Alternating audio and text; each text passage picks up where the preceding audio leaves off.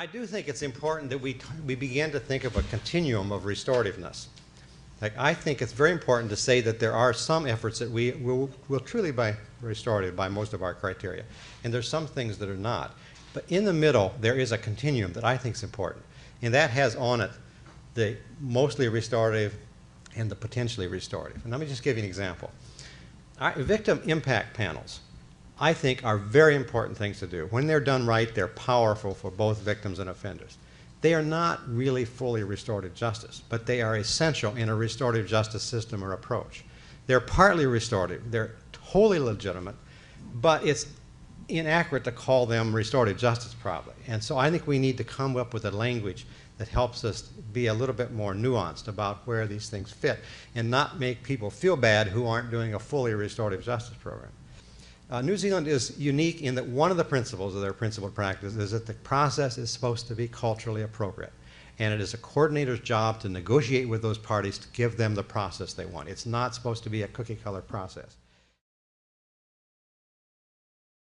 There's the whole question of shame, as I mentioned yesterday, and we've had a session at least on this. Bria's done a lot of work on this. Lots and lots of, shame has a huge analytic power for understanding both victims and offender, I think. But there's lots and lots of concerns about people getting the wrong message and actively imposing shame in conferences. And then that's one, and this related one is whether they're providing adequate ways to remove or transform that shame afterwards. And that has gotten mixed with issues around when authority figures are doing the facilitation, and authority figures tend to just by nature to use shame a little more and that kind of thing. So it's been also mixed in with the issue about who's doing this. I think respect is the fundamental value of restorative justice. If I have to define restorative justice in a word, it's respect. I think if we do justice respectfully, we are doing restorative justice. I'm convinced that issues of respect and disrespect are at the heart of much offending. I'm convinced that issues of respect and disrespect are at the heart of much victim trauma. And I'm convinced that the bad experiences that victims and offenders both seem to have at the hands of justice so often have to do with issues of respect and disrespect. So I think respect is very important.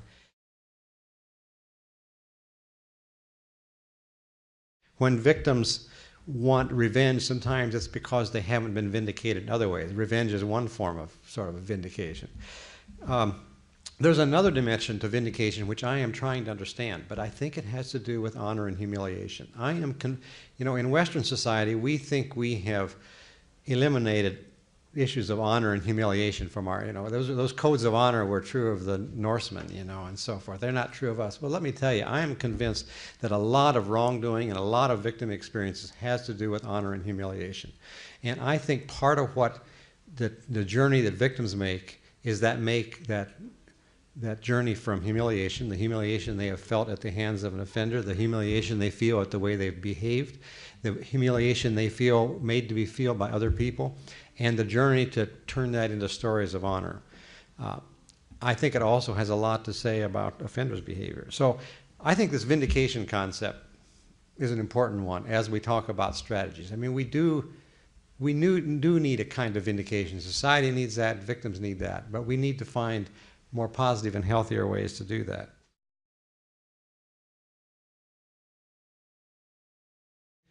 Restorative justice is very postmodern in a lot of ways. We realize that the truth for people is contextual. It depends on individuals and their situations, and we need to realize that everything we know is filtered through the limits of who we are, our biography, our gender, our ethnic background, our experiences, all those things affect it.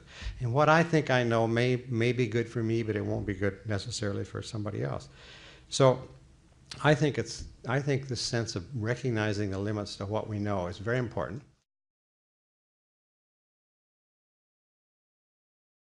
Do we need a definition? There have been many efforts, including here in Canada, to get a definition or a consensus of what restorative justice is, and yet it's so hard to do. Do we need that or not? Another issue related to that is to where do values fit in. I think a major deficiency in the way I've been articulating restorative justice is that I've focused on principles, not explicitly enough on values. And if you could follow the principles of restorative justice probably and still do some terrible things if it's not grounded explicitly in values. And so I think we need to do a lot more work I have some ideas about what those key values ought to be, but I think we need to do a lot more work about that.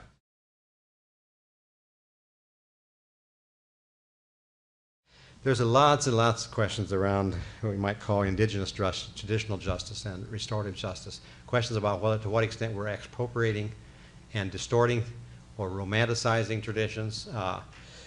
We can go into that if you want, but there's just a huge number of very important questions around that. And then there's some really interesting questions around spirituality and restorative justice.